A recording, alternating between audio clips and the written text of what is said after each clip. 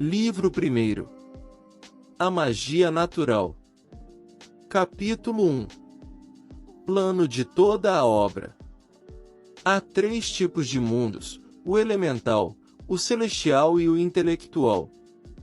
Cada inferior é governado pelo superior e recebe suas influências. Assim, o arquétipo e o Criador Supremo nos comunicam as virtudes de sua onipotência através dos anjos, dos céus, das estrelas, dos elementos, dos animais, das plantas, dos metais e das pedras. Todas as coisas foram feitas para nosso uso. Por isso, não é sem razão que os magos acreditam que podemos penetrar naturalmente por esses graus e por cada um desses mundos até o mundo arquetípico, fabricante de todas as coisas. É a causa primeira de tudo, de onde dependem e procedem todas as coisas. Não apenas podemos desfrutar das virtudes que as coisas mais nobres possuem, mas também podemos adquirir outras novas. Por isso, os magos se dedicam a descobrir as virtudes do mundo elemental através da medicina e da filosofia natural, usando diferentes misturas de coisas naturais.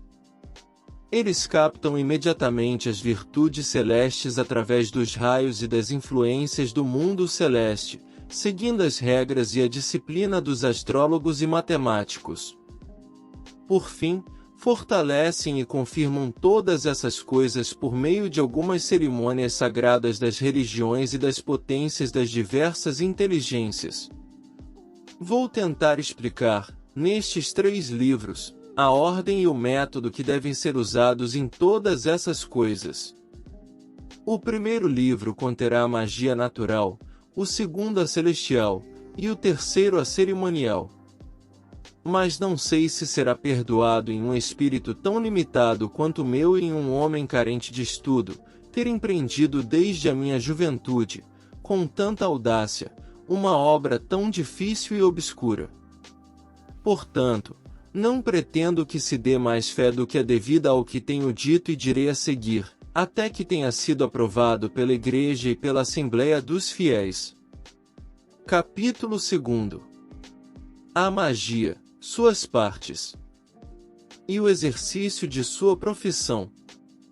A magia é uma faculdade com poder imenso, cheia de mistérios muito elevados. Ela abrange um conhecimento profundo das coisas mais secretas, sua natureza, potência, qualidade, substância, efeitos, diferença e relação. Daí vem que ela produz seus efeitos maravilhosos pela união e aplicação das diferentes virtudes dos seres superiores com as dos inferiores. É aí que está a verdadeira ciência, a filosofia mais elevada e misteriosa, em uma palavra, a perfeição e a realização de todas as ciências naturais, já que toda a filosofia pautada se divide em física, matemática e teologia. A física nos ensina a natureza das coisas que existem no mundo, suas causas, seus efeitos, seus tempos, a diferença de lugares, suas propriedades e suas evoluções, e busca com precisão quais são suas partes e tudo que serve à sua perfeição. Ela abarca todas essas coisas, e o que Virgílio diz em seus versos. De onde provém esse gênero diferente de homens e de bestas, assim como a chuva e o fogo? De onde provém os tremores de terra em virtude de que o mar se eleva e se estende apesar dos obstáculos que pode encontrar, e em seguida recua ao seu centro? O que nos faz conhecer a virtude das ervas, a coragem e a fúria das bestas ferozes, as diferentes classes de frutas, pedras e répteis? A matemática, por sua vez, nos faz conhecer evidentemente a natureza estendida em 3 dimensões e nos faz compreender o movimento e a marcha dos corpos celestes, como diz este verso.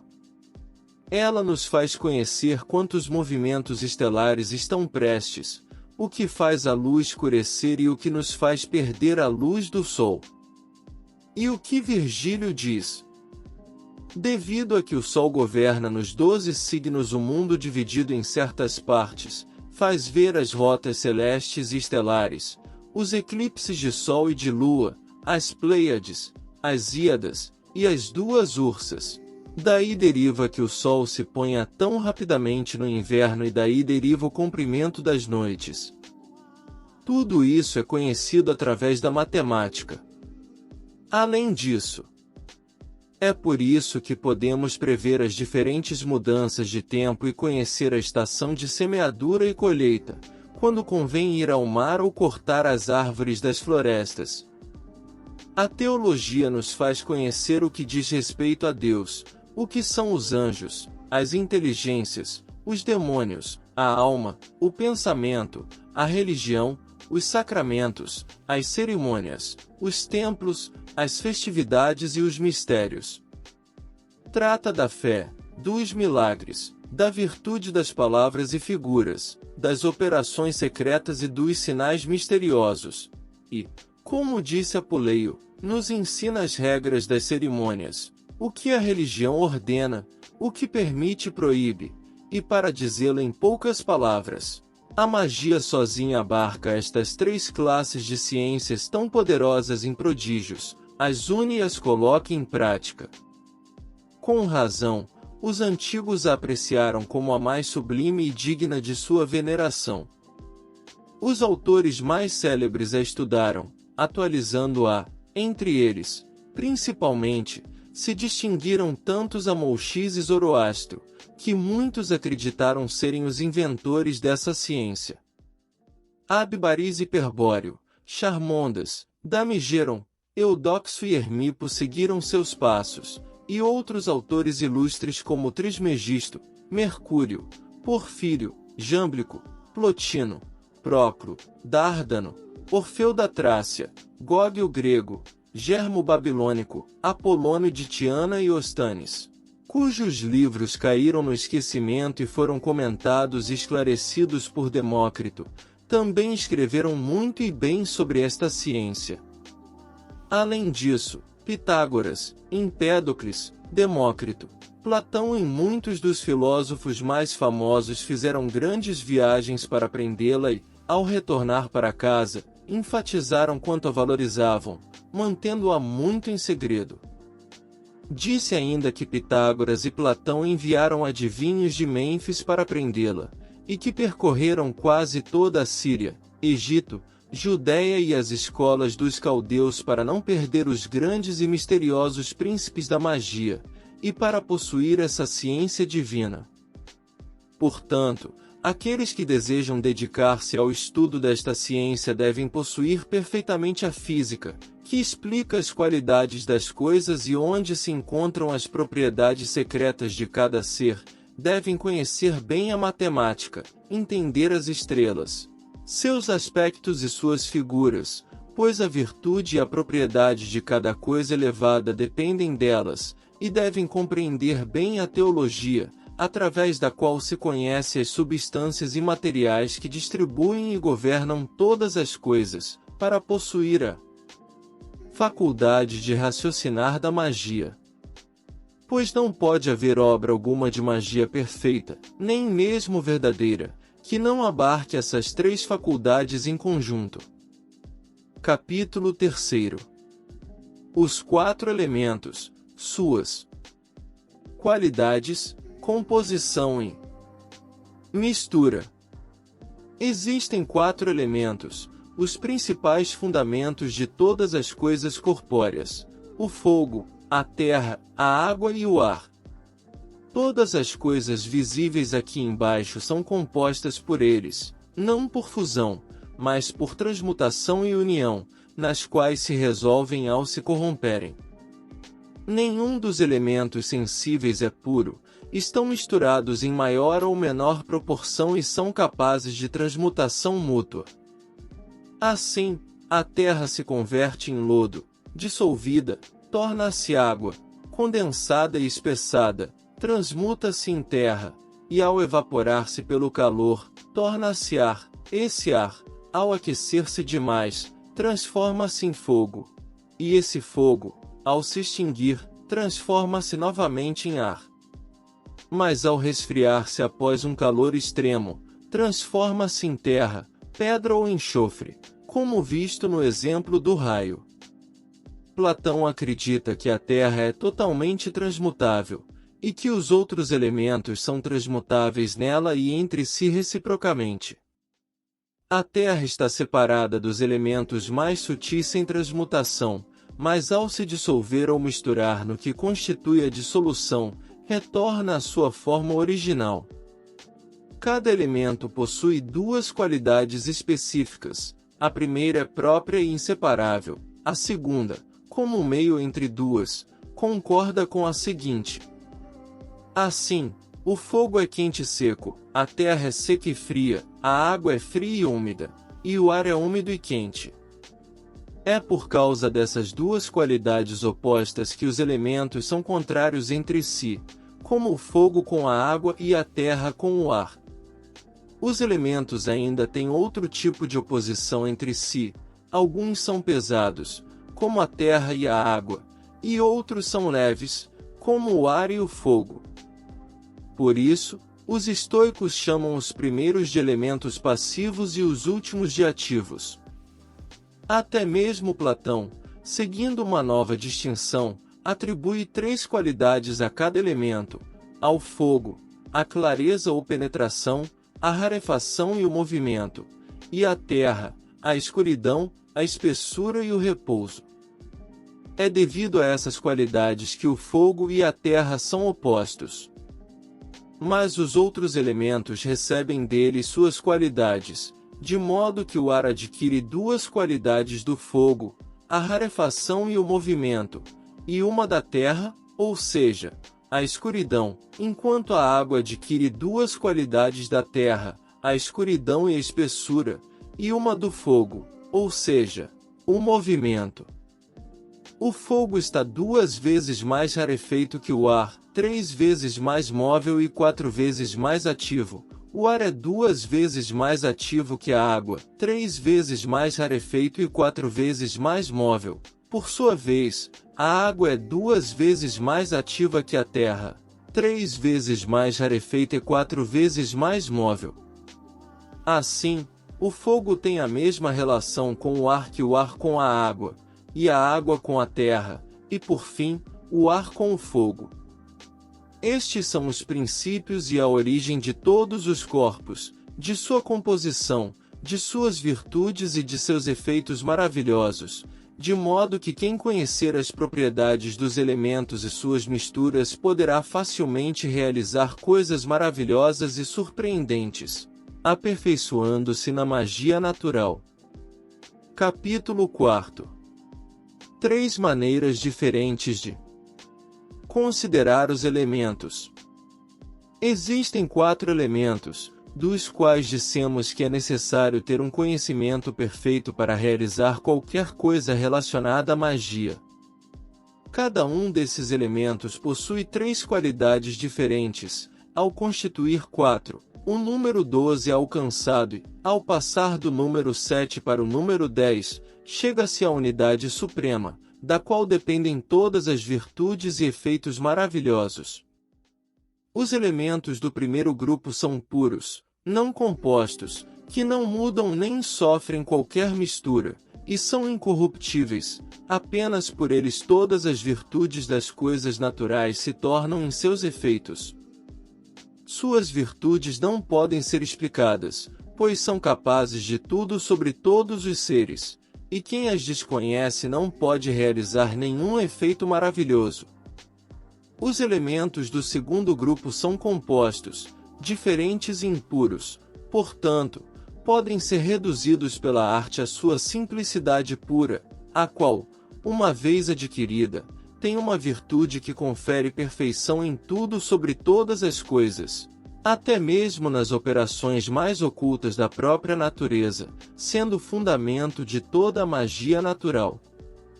Os elementos do terceiro grupo não são elementos em sua origem nem por si mesmos, mas compostos, diferentes, possuindo diversas qualidades, podendo mudar um no outro reciprocamente, são um meio infalível, e é por isso que são chamados de natureza média ou alma da natureza média. poucos compreendem seus profundos mistérios. Deles depende, por certas ordens, certos números e graus, a perfeição de todo efeito. São maravilhosos em todas as coisas naturais, celestiais e supercelestiais, cheios de mistérios que podem operar tanto na magia natural quanto na divina, pois por meio deles são estabelecidas as relações, dissoluções e transmutações de todas as coisas, e se alcança o conhecimento da predição do futuro, a invocação dos espíritos benfeitores e a exterminação dos demônios. Ninguém deve supor que realizará algo nas ciências secretas da magia e da natureza sem essas três classes de elementos e sem conhecê-los bem. Mas quem souber reduzir uns aos outros, os impuros aos puros, os compostos aos simples, e discernir sua natureza, virtude e potência em número, graus e ordem, alcançará facilmente o conhecimento perfeito das coisas naturais e dos segredos celestiais. Capítulo 5. As naturezas maravilhosas do fogo e da terra. Para realizar todos os tipos de efeitos maravilhosos, Hermes afirmou que apenas o fogo e a terra são suficientes. O primeiro é ativo, o segundo, passivo. O fogo, diz Dionísio, aparece claramente sobre todas as coisas e em todas as coisas, e se afasta, ele dá luz a todas as coisas. Tudo em conjunto permanece oculto e desconhecido quando existe por si só sem mistura de matéria sobre a qual possa exercer sua ação. É imenso e invisível, se dispõe por si só em sua própria ação, é móvel, comunicando-se de certa maneira com tudo que se aproxima dele, renova as forças e conserva a natureza, é iluminativo, incompreensível pelo esplendor diferente que o rodeia e com o qual se cobre. É claro, dividido, subindo e avançando para o alto, aguçando-se, elevado sem diminuição alguma, movendo-se sempre a partir de seu impulso, abrange os outros elementos, sendo inapreensível sem necessidade de nenhum deles, crescendo imperceptivelmente de si mesmo e fazendo aparecer sua grandeza nos objetos com os quais se comunica. É ativo, potente, presente invisivelmente em todas as coisas, não tolera ser negligenciado, reduzindo subitamente a matéria como por uma espécie de vingança, geral e apropriadamente de modo natural, impalpável, sem diminuição, embora se comunique liberalmente com toda espécie de coisas. O fogo, diz Plínio, é uma porção de coisas naturais, que é imensa e de uma atividade infinita. Dele não é fácil dizer se é mais fecundo para produzir do que potente para destruir. O fogo é de um tipo particular, penetra por tudo, como dizem os pitagóricos, se dilata no alto em direção ao céu, é iluminador, restrito embaixo, tenebroso e mortificante, conservando no meio uma parte de cada uma de suas propriedades. O fogo é, portanto, único em sua espécie, atuando de maneira diferente sobre o sujeito ao qual se acopla, distribuindo-se de maneira diferente sobre as diversas coisas, como Cleanto faz ver em Cícero. O fogo que usamos é, portanto, um fogo que está em todos os seres, está nas pedras, pois um golpe de aço faz com que ele brote, na terra que solta fumaça ao ser cavada, na água, pois aquece as fontes e os poços, no ar que frequentemente vemos aquecer. Em suma, todos os animais, tudo que tem vida, e as plantas se nutrem do calor, e tudo que tem vida não vive senão devido ao fogo que contém. As propriedades do fogo embaixo são a ardência que consome tudo e a escuridão que torna tudo estéril. Mas o fogo celestial e resplandecente expulsa os espíritos tenebrosos. O nosso fogo faz o mesmo, que tem a semelhança e o aspecto dessa luz superior da qual se diz eu sou a luz do mundo, que é o verdadeiro fogo, Pai das luzes, do qual recebemos todas as coisas boas, que veio espalhar o esplendor de seu fogo, comunicando primeiro ao Sol e aos outros corpos celestes, influenciando com sua capacidade e propriedades, por meio de instrumentos mediadores, ao nosso fogo. Assim como os espíritos das trevas são mais fortes nas próprias trevas, o mesmo acontece com os espíritos bons que são os anjos da luz, que se tornam mais fortes não apenas pela luz divina, solar e celeste, mas também pelo fogo que está entre nós. Por essa razão, os primeiros autores das religiões e cerimônias ordenaram que nenhuma oração, salmodia ou cerimônia fosse realizada antes de acender velas.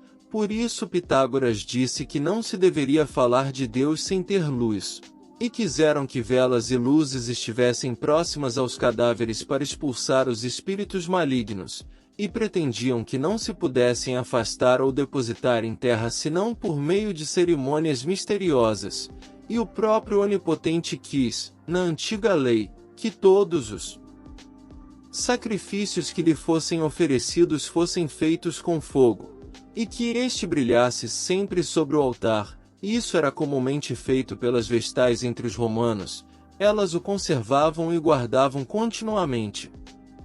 Mas a base e o fundamento de todos os elementos é a terra, pois ela é o objeto, o sujeito e o receptáculo de todos os raios e de todas as influências celestes. Ela contém as sementes de todas as coisas e possui todas as virtudes seminais. Isso é o que a faz ser chamada de animal, vegetal e mineral, pois ao ser fecundada por outros elementos e pelos céus, é capaz ela mesma de gerar todas as coisas. Ela é suscetível a todo tipo de fecundidade, e como a mãe primeira, capaz de fazer brotar e dar nascimento sem fim e aumento infinito a todas as coisas, e dessa forma, é o centro, o fundamento e a mãe de tudo. Mesmo que lhe sejam retirados seus segredos naturais, purificados e sutis, tão logo seja refrescada e exposta ao ar, torna-se imediatamente fértil e fecunda pelas virtudes dos corpos celestes, e por si mesma produz as plantas, os vermes, os animais, as pedras e os metais. Tem em si mesma segredos muito poderosos, uma vez purificada pelo fogo que a faz retornar à sua antiga simplicidade e pureza. Ela é a matéria primeira de nossa criação e o verdadeiro remédio de nossa restauração e conservação.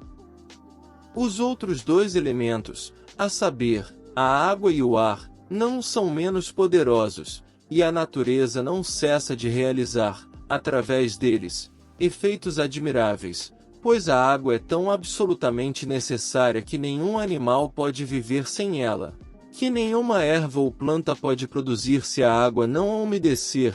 A virtude seminal de todas as coisas está nela, começando pelos animais, onde é evidente que a semente é aquosa, e depois nos frutos e nas ervas, pois mesmo que suas sementes sejam terrestres, se a água não as regar, não poderiam se tornar fecundadas, seja isso cumprido embebedando-se com a umidade da terra, do orvalho ou da chuva, ou da água que é jogada de propósito sobre elas, pois Moisés descreve a terra e a água como as únicas capazes de produzir a alma vivente. Ele atribui à água uma dupla produção, a saber, a dos peixes e a dos animais que voam pelo ar sobre a terra. A Escritura também indica que a água participa da produção da terra, dizendo: por que os animais e as plantas não produzem? É que Deus ainda não havia feito chover sobre a terra.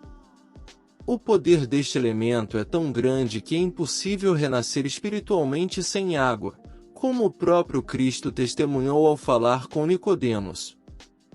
Quanto à religião, seus efeitos também são grandiosos nas expiações e purificações, e não é menos necessária que o fogo. É útil em uma infinidade de coisas e é utilizada de diferentes maneiras, e é por ela que subsiste tudo que existe na natureza e que tem o poder de gerar, nutrir, fazer crescer e aumentar todas as coisas que se veem no mundo. Por isso, Tales de Mileto e Hesíodo a estabeleceram como o princípio de todas as coisas e a denominaram o mais antigo e poderoso de todos os elementos, pois rege os outros. Pois, como diz Plínio, a água devora a terra, apaga o fogo, eleva-se até o ar e, ao chegar às nuvens, torna-se a dona do céu, e ao cair faz nascer tudo que a terra produz. Plínio, Solino e muitos outros historiadores descreveram uma infinidade de maravilhas da água. Ovídio também menciona suas virtudes poderosas e maravilhosas quando diz: qual é a origem de que a água do rio Namon congele ao meio-dia e esquente de manhã e à tarde? Disse que as águas de Atamas, ao se aproximarem, incendeiam a floresta até que a lua não seja vista. Entre os Ciconianos há um rio que endurece as entranhas como pedra se sua água for bebida, e as coisas que toca endurecem como mármore. Nas costas dos Trácios e Cíbaros há águas que tornam os cabelos da cor de âmbar e ouro, e o mais surpreendente é que, se bebidas, não só podem mudar o corpo, mas também o espírito. Quem não ouviu falar das águas de Salmas e dos lagos da Etiópia? Quem as bebe se torna furioso, ou cai em um sono surpreendente. Quem bebe a água da fonte clítoris chega a odiar o vinho e só quer beber água pura. Mas o rio Linceste tem efeitos muito diferentes, pois quem bebe apenas um pouco, se balança mais do que se tivesse bebido um copo de vinho puro. Em Arcádia há um lago que os antigos chamavam de Fenel, contra cujas águas se deve estar prevenido, pois se bebidas à noite fazem mal, mas se bebidas durante o dia não causam mal algum.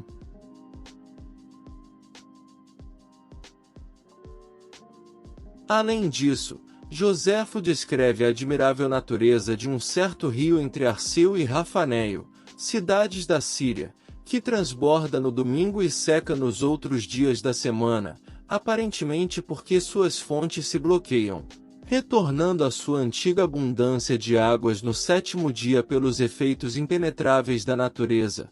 É por isso que os habitantes desse país o chamaram de Rio do Sábado, devido ao fato de que os judeus celebram esse sétimo dia. E as Escrituras mencionam a piscina de Jerusalém, na qual quem descesse primeiro, após o anjo agitar a água, seria curado de todos os tipos de males. Ainda é escrito que havia uma fonte dedicada às ninfas da Jônia, perto da cidade de Heracleia, às margens do rio Cítero, da qual, após descer um doente, ele saía perfeitamente curado. Pausanias conta que no Monte Liceu, na Arcádia, há uma fonte chamada Agria, para a qual o sacerdote de Júpiter se dirigia com os sacrifícios, tendo em sua mão um ramo de carvalho que ele molhava em suas águas nos tempos de grande seca, e quando as águas eram agitadas, saíam vapores que, ao subirem pelo ar, formavam nuvens que cobriam todo o céu, transformando-se imediatamente em chuva abundante que regava toda a terra. Mas entre os muitos outros autores, ninguém como Rufo, médico de Éfeso, para escrever admiravelmente sobre coisas surpreendentes, relacionadas às maravilhas das águas. Resta-me falar do ar. Este é um espírito vital que penetra todos os seres, fazendo-os viver e subsistir, ligando, movendo e preenchendo tudo. Por esta razão, os médicos hebreus não o incluem entre os elementos, mas o consideram meio e vínculo dos diferentes seres, e espírito que fortalece todos os recursos da natureza.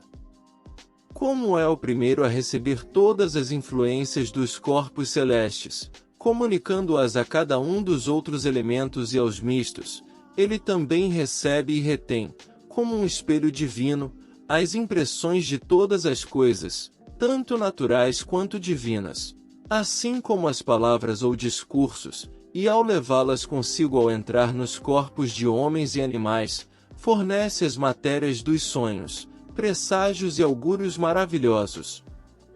É por isso, como foi dito, que aqueles que passam por algum lugar onde alguém foi morto, ou onde há um cadáver recém-enterrado, sentem-se sacudidos pelo terror, pois o ar transborda naquele lugar com as horríveis espécies de tal homicídio que tanto os comove.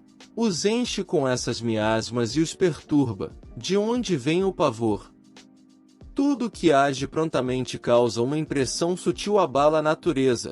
Por essa razão, muitos filósofos acreditaram que o ar era a causa dos sonhos e de muitas outras impressões da alma pela dilatação das espécies ou semelhanças que chegam dos objetos e das palavras que passam pelo ar em multidão até chegar aos sentidos, e por fim, à imaginação e à alma de quem os recebe, sendo recebidos primeiro sobre a pele preparada para receber, pois embora as espécies das coisas aportem sua própria natureza ou a delas mesmas aos sentidos de homens e animais, podem ainda assim adquirir qualquer impressão do céu quando estão no ar, e os diferentes sujeitos as sentem mais do que outros de acordo com sua disposição quando chegam à sua imaginação. E assim, um homem pode naturalmente, sem nenhuma superstição, sem a ajuda de nenhum outro espírito, comunicar seu pensamento com outro, por mais distantes que estejam, em menos de 24 horas, embora o tempo não possa ser preciso. Isso eu vi fazer e fiz eu mesmo.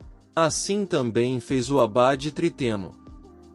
Plotino Prove nos ensina também a maneira como os objetos, tanto espirituais quanto corporais, produzem certas espécies, a saber, pela influência de corpos sobre corpos, e como elas se fortalecem no ar e se apresentam e se manifestam diante de nossa visão e nossos sentidos, tanto pela luz quanto pelo movimento. E vemos, quando o vento do meio-dia sopra, como o ar se condensa em pequenas nuvens nas quais são refletidas como num espelho as representações muito distantes de castelos, montanhas, cavalos, homens e outras coisas, que, à medida que as nuvens se afastam, se dissipam. E quanto aos meteoros, Aristóteles nos mostra que o arco-íris se forma numa nuvem de ar, de certa maneira como um espelho. E Alberto diz que as representações dos corpos se formam facilmente no ar que está úmido, da mesma maneira que as representações de coisas em coisas. E Aristóteles conta que conheceu um homem que, por ter a visão fraca, usava o ar próximo como um espelho, e seu raio visual se refletia nele. Ele não conseguia entender isso e pensava que sua sombra ia diante dele, vendo que a cabeça o precedia na marcha. Da mesma forma, todas as representações são empregadas no ar, por mais distantes que estejam através de certos espelhos e fora destes espelhos, que os ignorantes, ao vê-los, os julgam figuras de demônios ou espíritos, embora sejam apenas representações imediatas, sem vida alguma. E dizem que num lugar escuro, onde só há um buraco muito pequeno por onde possa entrar algum raio de sol, se colocar nesse buraco papel branco, ou um espelho unido, vê-se nesse papel tudo que o sol ilumina e cumpre fora. Há outro prodígio muito admirável. Se alguém, depois de pintar um retrato ou de escrever algumas palavras de certa maneira, expõe isso à noite, com bom tempo, com lua cheia, aos raios desta, outra pessoa pode ver e ler tudo isso, informando-se dessas coisas, na circunferência ou círculo da lua, pois suas representações se elevam e se multiplicam no ar, o que é muito útil para comunicar notícias em caso de lugares ou cidades sitiadas. Este é um segredo que Pitágoras praticava antigamente. Conhecido hoje por algumas pessoas, como eu o conheço. Todas essas coisas e uma quantidade de outras mais consideráveis se fundam na natureza do ar e extraem seus princípios da matemática e da ótica. E assim como essas espécies se refletem sobre a vista, o mesmo ocorre sobre o ouvido, pois se vê através do eco. No entanto, existem ainda outros segredos mais particulares, pelos quais um homem pode ouvir o que outro diz, seja ao ouvido ou em particular e às escondidas. Do ar também vêm os ventos, que não passam de ar agitado e excitado. Existem 4 ventos principais, que sopram dos 4 cantos do céu, a saber, o noto do lado do meio-dia, o Bóreas, do lado do setentrião, o Céfiro, do lado do ocidente, e o Euro ou Apeleotes, do lado do oriente. Eles são enunciados assim nestes 2 versos de Pontano. Do alto Bóreas, Notus respira lá embaixo do Olimpo. Zéfiro se senta no ocidente, vem Eurus do oriente. Noto, o vento do meio-dia, é nebuloso e úmido, quente e insalubre. São Jerônimo o chama de chuva torrencial. Ovídio descreve desta forma: o vento noto voa com suas asas molhadas, cobre seu rosto terrível com escuridão como peixe, sua barba pesada faz a água escorrer pelos cabelos brancos, as nuvens param em sua testa, suas asas e seu peito fazem a água gotejar. Mas Bóreas, contrário ao noto, é o vento do setentrião, violento e barulhento. Ele dispersa as nuvens, acalma o ar, congela a água.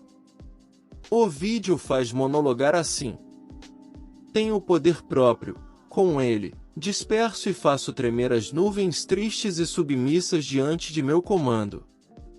Derrubo árvores, endureço os vapores, cubro a terra de granizo.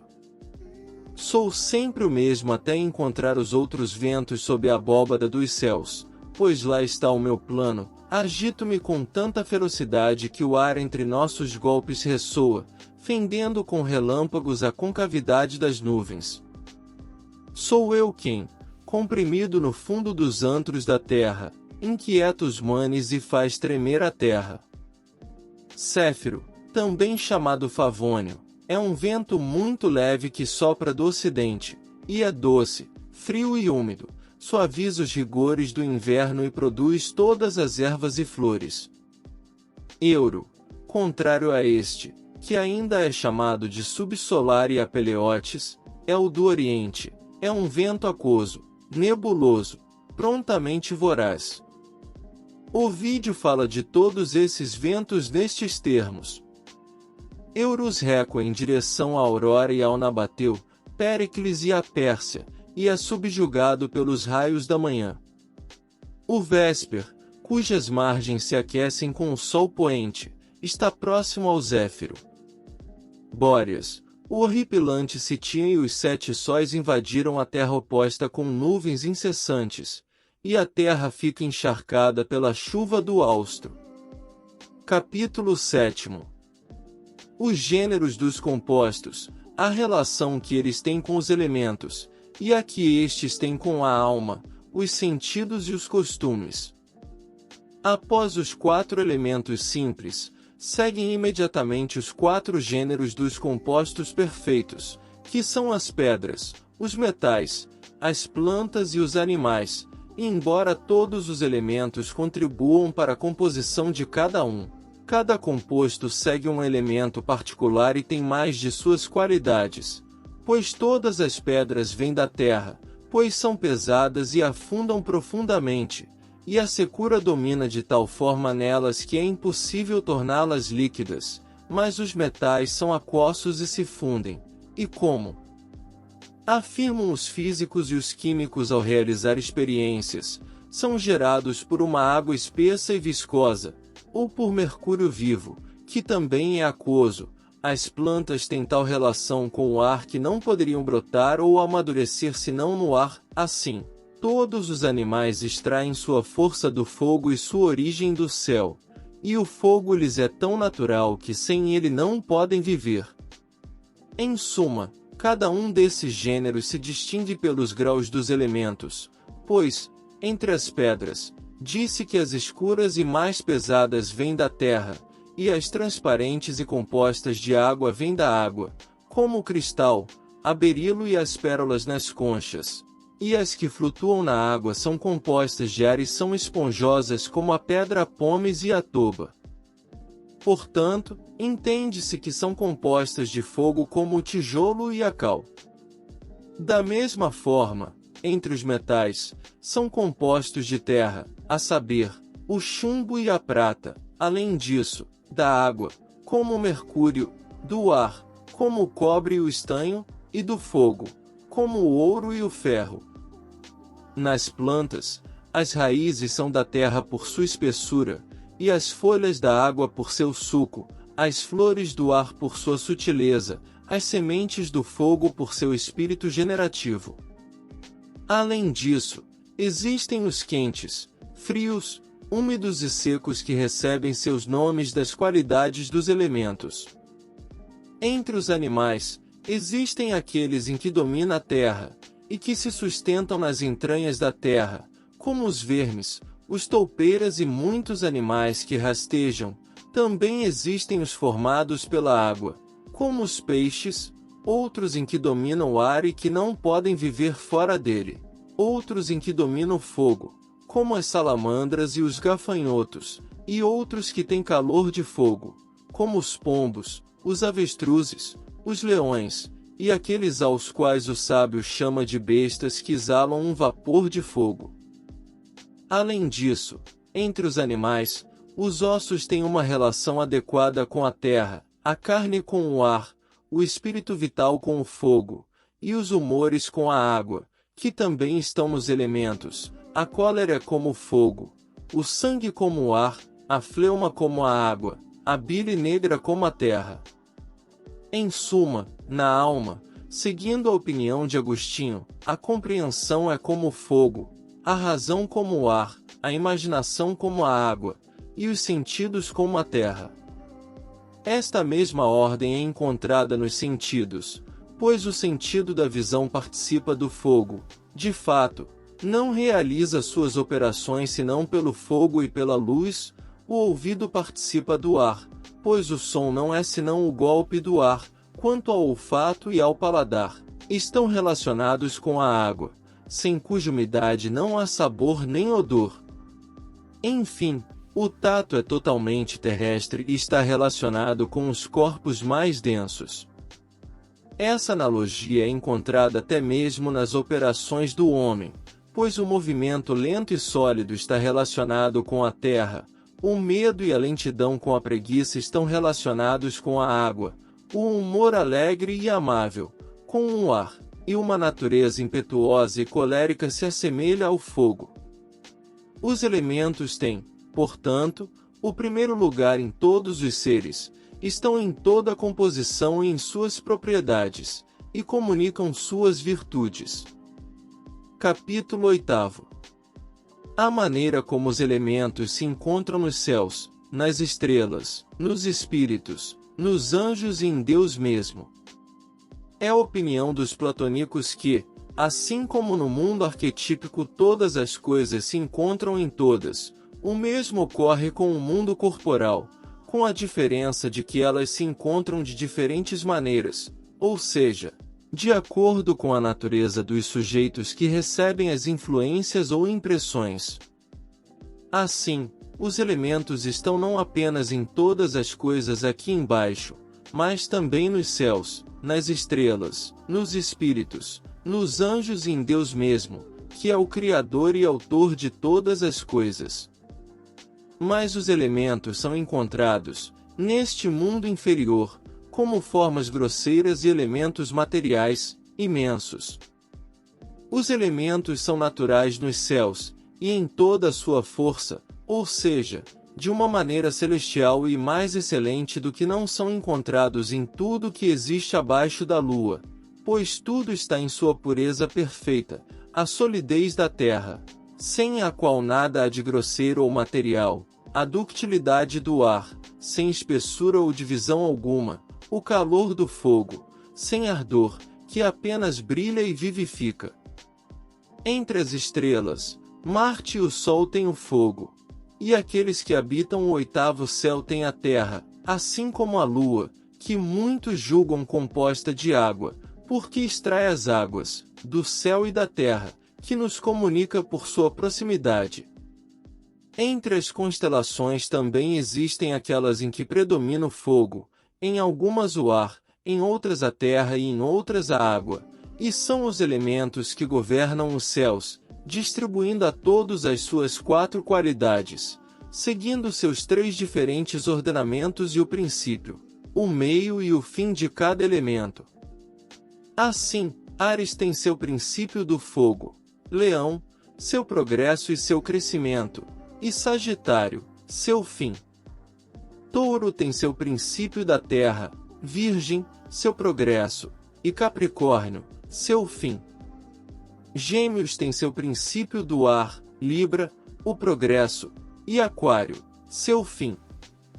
Câncer tem seu princípio da água, Escorpião, o progresso, e Peixes, o fim.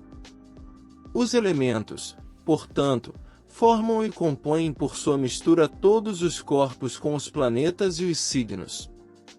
O mesmo ocorre com os espíritos, de modo que alguns se assemelham ao fogo, outros à terra, outros ao ar e outros à água. É por isso que também se diz que os 4 rios do inferno têm, a saber, Flegeton, fogo, Cocito, ar, Estige, água, e Aqueronte, terra. Até mesmo nas Escrituras se vê o fogo que os condenados sofrem, e o fogo eterno ao qual os malditos são condenados. O Apocalipse menciona um lago de fogo, e Isaías diz dos condenados: Deus os golpeará com um ar corrompido, e Jó diz: passarão das águas da neve a um calor extremo, e até mesmo expressa que há uma terra de trevas e misérias coberta pela escuridão da morte.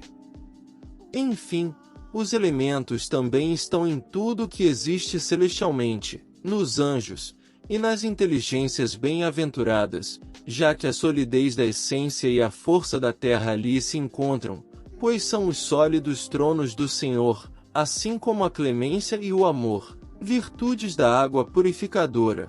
É por isso que o salmista as chama de águas, quando fala a Deus ao falar dos céus, tu que governas as águas que estão acima deles.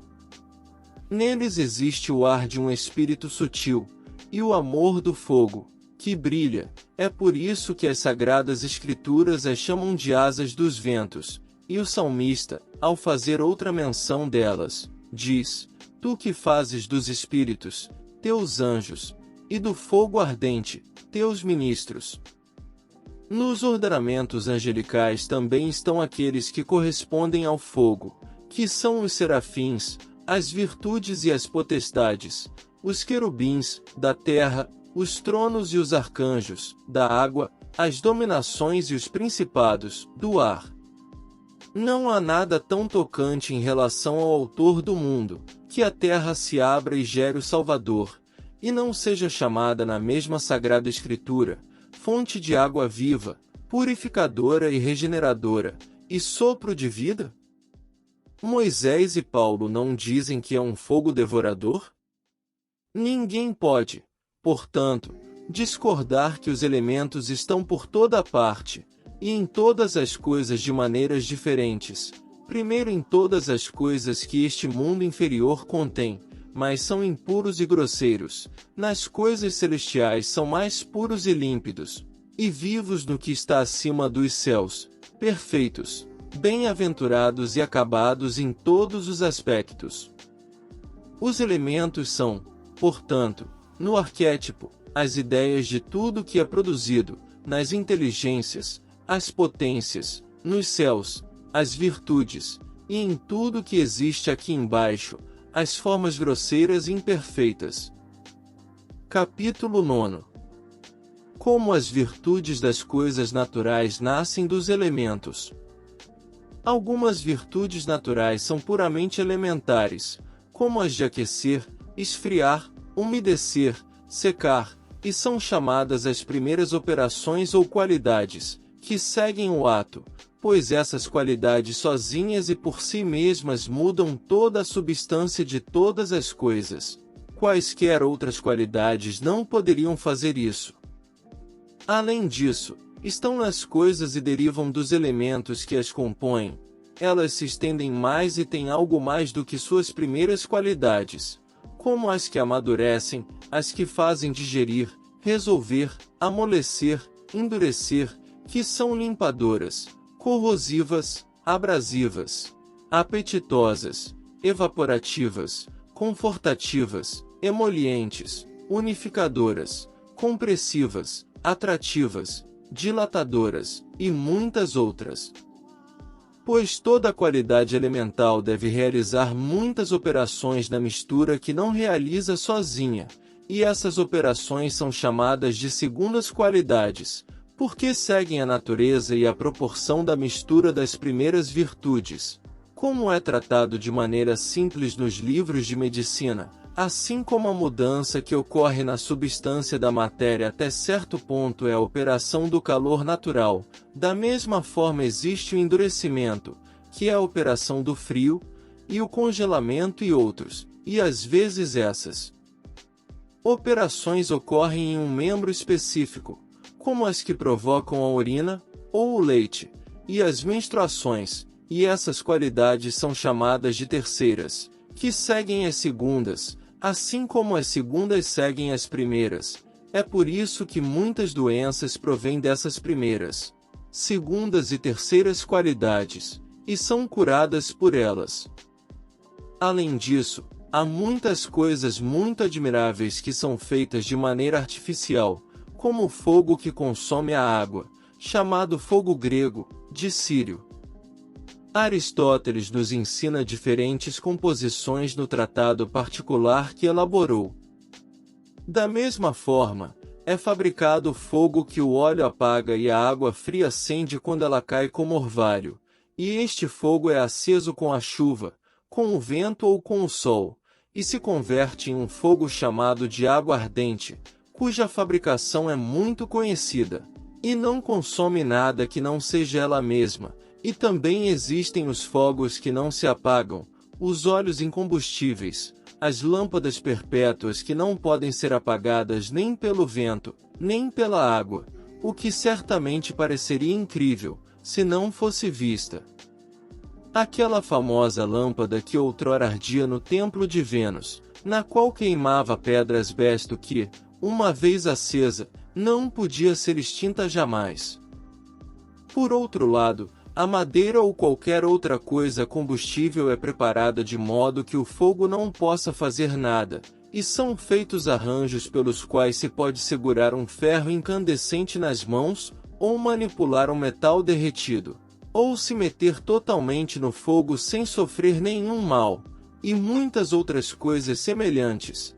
E há uma espécie de linho, que Plínio chama de asbesto, e os gregos o acor, que nenhum tipo de fogo pode incendiar. A respeito disso, Anaxímenes diz que uma árvore revestida com esse material pode ser cortada sem que se ouça qualquer barulho. Capítulo 10. As virtudes ocultas das coisas.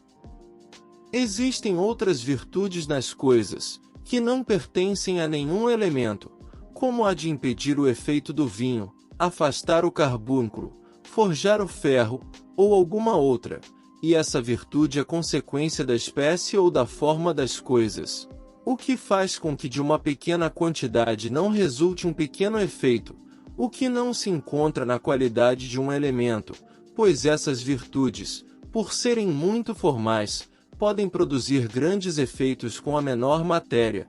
Por outro lado, a qualidade elemental para agir em grande medida precisa de muita matéria. As propriedades ocultas são chamadas assim porque suas causas não são manifestas e porque o espírito humano não pode penetrá-las. É por isso que apenas os filósofos, por longa experiência e razão natural, puderam adquirir parte do conhecimento, pois assim como as carnes são digeridas em nosso estômago, pelo calor que conhecemos, da mesma forma são transformadas por uma certa virtude oculta que desconhecemos, não pelo calor, pois assim se transformariam mais rapidamente no fogo do que no estômago. O mesmo ocorre com as coisas de qualidades elementares que conhecemos, e de certas virtudes que lhes são naturais e nascem com elas, que admiramos, e das quais nos surpreendemos por não possuir o conhecimento ou não tê-las visto, como o exemplo do pássaro fênix, que renasce de si mesmo, como diz Ovídio. Existe uma ave que os assírios chamam de fênix, que renasce de si mesma. E acrescenta. Capítulo 11. Modo de preparar a infusão das virtudes ocultas nas espécies das coisas, através das ideias, pela alma do mundo, e dos raios das estrelas, e das coisas que mais possuem essa virtude. Os platônicos afirmam que todas as coisas deste mundo recebem suas ideias das ideias superiores. A definição da ideia consiste no seu princípio em uma forma que está acima das almas e dos espíritos, que é una, simples, pura, imutável, indivisível, incorpórea, eterna. E a natureza de todas as ideias é a mesma, e colocam as ideias no próprio bem, ou seja, em Deus, e querem que elas sejam diferentes e distintas entre si, através da causa, por certas razões relativas, e que tudo que existe no mundo carece de mudança e é único, e que todas as coisas concordam entre si para que Deus não seja uma substância diferente. Eles as colocam na inteligência, ou seja, na alma do mundo pelas formas propriamente diferentes, mutuamente absolutas, de modo que em Deus todas as ideias são uma forma, mas muitas entram na alma do mundo e nos outros espíritos, quer estejam unidos e sejam um corpo, quer estejam separados, elas posicionam diferentes formas através de uma certa participação e graus em uma escala ascendente. Elas são incluídas na natureza como sementes inferiores de formas infusas pelas ideias. No final, elas penetram na matéria como sombras.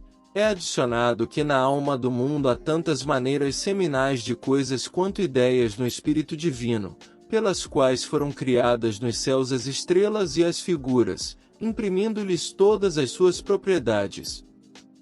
Todas as virtudes e propriedades das espécies inferiores dependem dessas estrelas, dessas figuras e dessas propriedades, de modo que cada espécie tem uma figura celestial que a enquadra, de onde ela recebe um poder admirável para agir, e esta qualidade que lhe é própria à espécie recebe de sua ideia através das modalidades seminais da alma do mundo.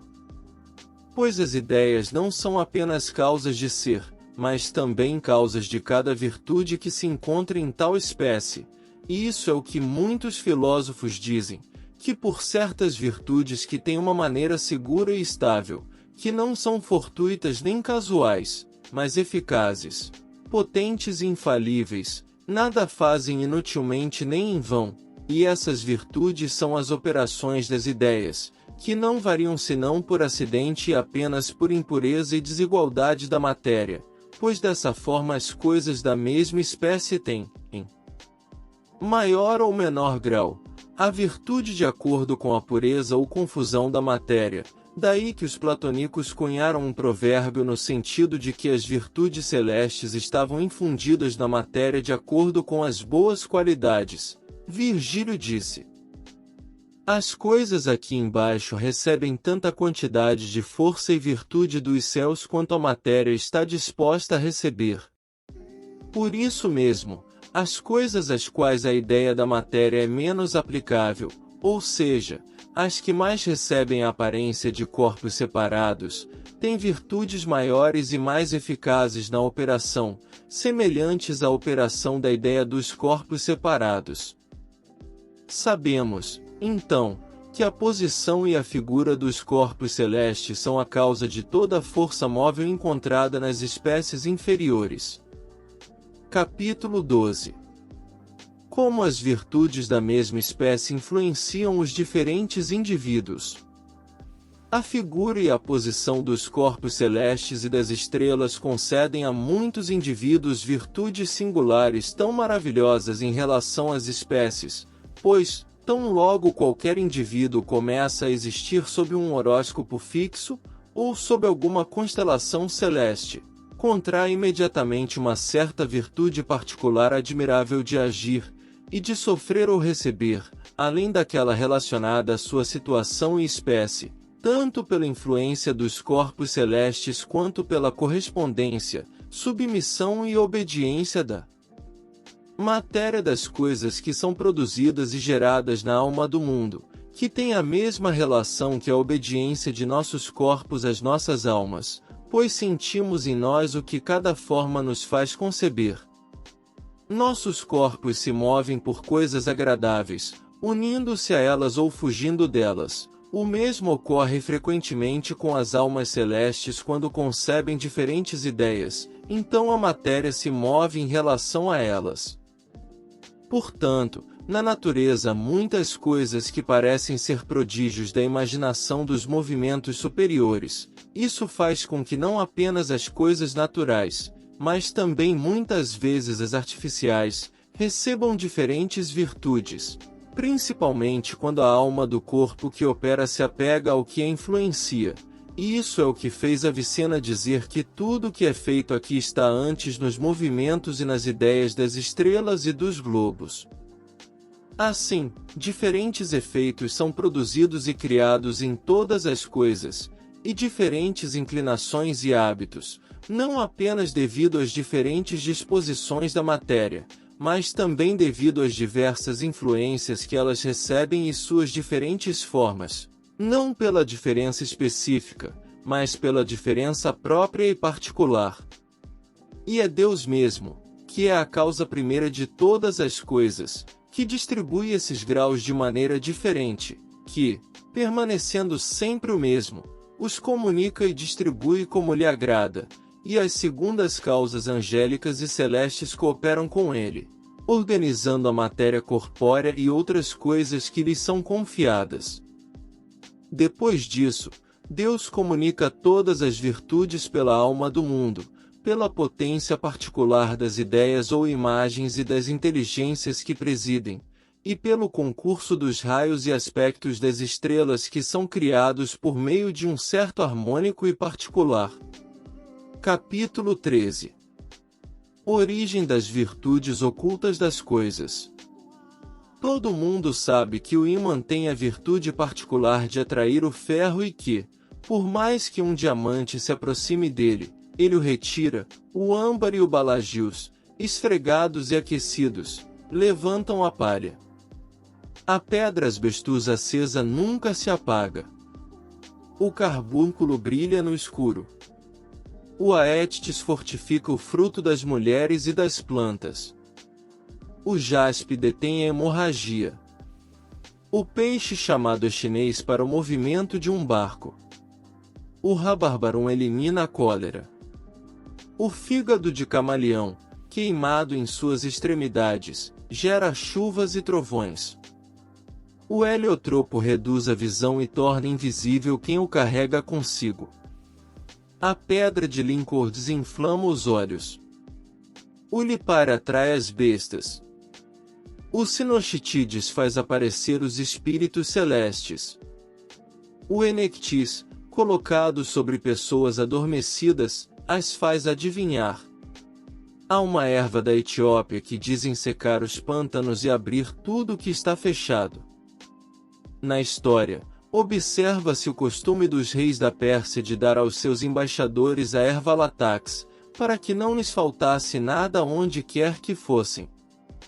Existe até mesmo uma erva da Esparta ou da Tartária, que uma vez provada ou colocada na boca, supõe-se que se possa passar 12 dias sem beber ou comer, e Apuleio diz que soube por Deus que existem muitas espécies de ervas e pedras, por meio das quais os homens podem conservar-se sempre vivos, mas não lhes é permitido conhecer, pois, embora vivam pouco, não deixam de se entregar à maldade e cometer toda a sorte de crimes, e atacariam até mesmo os próprios deuses se vivessem mais tempo. Nenhum dos autores de grossos volumes sobre as propriedades das coisas explicou de onde provêm essas virtudes. Nem Hermes, nem Bochus, nem Aron, nem Orfeu, nem Teofrasto, nem Tebite, nem Zenotemis, nem Zoroastro, nem Evax, nem Dioscórides, nem Isaque o judeu, nem Zacarias o babilônio,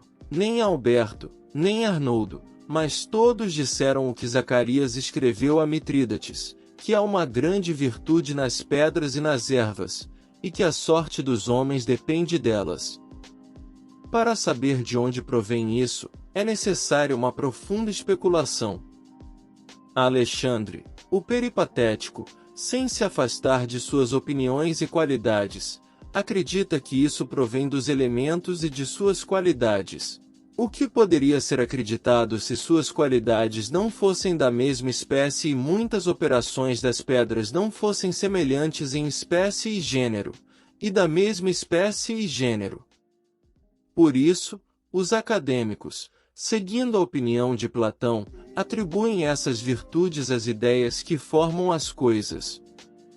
Avicena afirma que provém das inteligências, Hermes, das estrelas, e Alberto reduz essas operações às formas específicas das coisas. Qualquer que seja a diferença encontrada nas crenças desses diversos autores, no entanto, não há ninguém, se compreendidos corretamente, que se afaste da verdade, pois todos os seus discursos se relacionam em muitas coisas com o mesmo efeito. Pois Deus, que é o fim e a origem de todas as virtudes, imprime suas ideias nas inteligências, seus ministros, que as executam fielmente, comunicando, por uma virtude da ideia, as coisas que lhes foram confiadas aos céus e às estrelas, que, como instrumentos, as preparam de antemão ou esperam receber as formas que, como expressa Platão em seu Timeio, residem na majestade divina através da dedução dos astros, e o que dá as formas as distribui pelo ministério das inteligências, que foram estabelecidas para conduzir e guardar suas obras, e a quem foi dado esse poder nas coisas que lhes foram confiadas, para que todas as virtudes das pedras, das ervas, dos metais e de todas as outras coisas sejam conferidas pelas inteligências que as presidem. A forma e as virtudes provêm, portanto, das ideias, então, das inteligências que presidem e governam ou conduzem, depois, dos aspectos dos céus, e, por fim, das complexidades dos elementos, que, estando dispostos, correspondem às influências dos céus.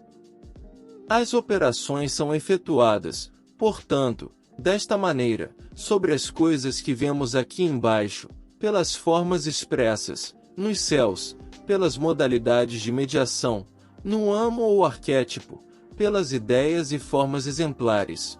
Elas devem convir na execução de todos os efeitos e de cada virtude. Assim, há uma virtude e uma operação admirável em cada erva e em cada pedra, mas uma muito maior nas estrelas. Além disso, cada coisa recebe muito das inteligências que presidem, sobretudo da primeira causa, a quem todas as coisas consumadas respondem mutuamente, as quais se conformam umas com as outras pelo seu harmônico concerto de louvor, como por certos hinos, ao seu soberano amo, de acordo com o convite do canto entoado pelos santos meninos do forno caldeu. Capítulo 14. O espírito do mundo e o vínculo das virtudes ocultas. Demócrito, Orfeu e muitos pitagóricos, que investigaram muito sensatamente as virtudes dos corpos celestes e dos inferiores, disseram que tudo estava repleto de deuses, e isso não sem razão, pois nenhuma coisa, por maiores que sejam suas virtudes, pode estar satisfeita com sua natureza sem o auxílio da potência divina. Aqueles chamavam deuses as virtudes divinas espalhadas nas coisas, e a essas virtudes Zoroastro as chama de atratores divinos, e Sinésio de atrativos simbólicos, outros, vidas, outros, almas, das quais diziam que as virtudes das coisas dependiam e que a alma única estendia uma matéria sobre as outras em que opera, como o homem que estende sua compreensão sobre as coisas inteligíveis e sua imaginação sobre as que se imaginam. E isso era o que entendiam dizendo, por exemplo, que a alma, ao sair de um ser, entrava em outro, e que o fascinava e impedia suas operações como o diamante impede que o ímã atraia o ferro. De modo que a alma, primum mobile, como foi dito, age e move por desígnio próprio, de si e por si, e o corpo ou a matéria, incapaz ou insuficiente para mover-se por si, discrepa muito com a alma e se encontra muito afastado de sua faculdade. Por isso se diz que é necessário um mediador mais excelente, a saber, que não seja como um corpo, mas como uma alma, e se não fosse como esta, que seja quase como um corpo, pelo qual a alma se una a este. Aqueles pensadores fazem consistir o espírito do mundo nesse meio, que se diz ser a quinta essência, porque não provém dos 4 elementos, mas é certo o quinto elemento que está acima deles e que subsiste sem eles. Por isso é absolutamente necessário tal espírito, como o meio pelo qual as almas celestes se encontram em um corpo grosseiro e lhe comunicam suas qualidades maravilhosas, e este espírito nos corpos do mundo, como em nosso corpo humano. Pois assim como nossas almas comunicam através do espírito suas forças a nossos membros, igualmente a virtude da alma do mundo se expande sobre todas as coisas através da quinta essência, pois no universo nada há que não sinta alguma centelha de sua virtude ou que careça de suas forças. Mas em maior e mais particular medida influencia sobre os corpos que mais captaram este espírito, e o faz através dos raios das estrelas à medida que as coisas se adaptam. É, portanto, através deste espírito que todas as qualidades ocultas se expandem sobre as ervas, as pedras, os metais e os animais, pelo Sol, pela Lua, pelos planetas e pelas estrelas que estão acima dos planetas, e este espírito pode, portanto, ser mais útil para que saibamos separar-nos dos outros elementos ou para que saibamos servir-nos melhor das coisas em que ele se encontra em maior abundância, pois as coisas sobre as quais este espírito se expande menos ou onde a matéria é menos retida, mais o aprimora e produz mais prontamente seu semelhante, pois ele contém toda a virtude de produzir e de gerar. É por isso que os alquimistas buscam extrair ou separar este espírito do ouro, e tão logo possam extrair ou separá-lo e aplicá-lo imediatamente a toda espécie de matérias da mesma espécie, ou seja, aos metais, no mesmo instante conseguem criar ouro e prata. Nós sabemos como fazê-lo e já vimos praticar algumas vezes, mas não podemos fabricar mais ouro que o peso de ouro do qual extraímos o espírito, pois este era de forma expandida e não contraída, não podendo, contra sua proporção e medida, aprimorar um corpo imperfeito, embora não rejeite a ideia de que isso possa ser feito por outro artifício. Capítulo 15. Como devemos buscar e fazer a prova da virtude das coisas através da semelhança. É, portanto, constante que entre as coisas existam propriedades ocultas, não conhecidas para nossos sentidos, apenas captadas pela nossa razão, e derivadas da vida e do espírito do mundo através dos raios das estrelas, e que conheceríamos apenas por experiência e conjecturas. Por isso, aqueles que se dedicam a esse estudo devem considerar que todas as coisas se movem e se convertem em seus semelhantes, e inclinam para si todas as suas forças, tanto em propriedade, conhecimento e virtude oculta, quanto em qualidade, ou seja, em virtude elemental, e às vezes em substância, como se observa no sal, de modo que o que permanece por muito tempo nela se converte em sal, pois todo o corpo que se agita, desde que começa a fazê-lo, em nada muda em seu corpo inferior, exceto de certas maneiras e na medida adequada com seu semelhante e com o que guarda devida relação, o que observamos claramente nos animais sensitivos nos quais a virtude nutritiva não modifica a comida ou os alimentos em grama ou em qualquer planta, mas os transforma em carne sensível. Assim, nas coisas em que há algum excesso de qualidade ou de propriedade, como o calor, o frio, a ousadia, o medo, a tristeza, a cólera, o amor, o ódio e toda outra classe de paixão, ou alguma virtude, seja que esteja naturalmente nelas, ou que a tenham recebido por meio de artifício, ou que lhes tenha chegado por algum acaso, acidente ou hábito, como a disfarçatez no libertino. Essas coisas excitam muito tal qualidade, paixão ou virtude. Assim, o fogo excita o fogo, a água, e uma pessoa. Ousada a ousadia. Os médicos sabem que um cérebro ajuda um cérebro, um pulmão a outro pulmão. Por isso dizem que aqueles que têm os olhos lacrimejantes se curam aplicando no pescoço um pano de cor natural, o olho direito de um sapo para curar o olho direito, e o olho esquerdo para o esquerdo, e o mesmo ocorre com os olhos do caranguejo. Da mesma forma, as patas de tartaruga aplicadas, a direita sobre o pé direito e a esquerda sobre o esquerdo, curam os males dos pés. Também dizem que dessa forma os animais estéreis causam a esterilidade, e os que são férteis, a fertilidade, e que isso ocorre principalmente em relação aos testículos, ao útero e à urina. Isso os faz dizer que uma mulher que todos os meses toma a urina de uma mula ou qualquer coisa que ela tenha molhado, não poderá conceber.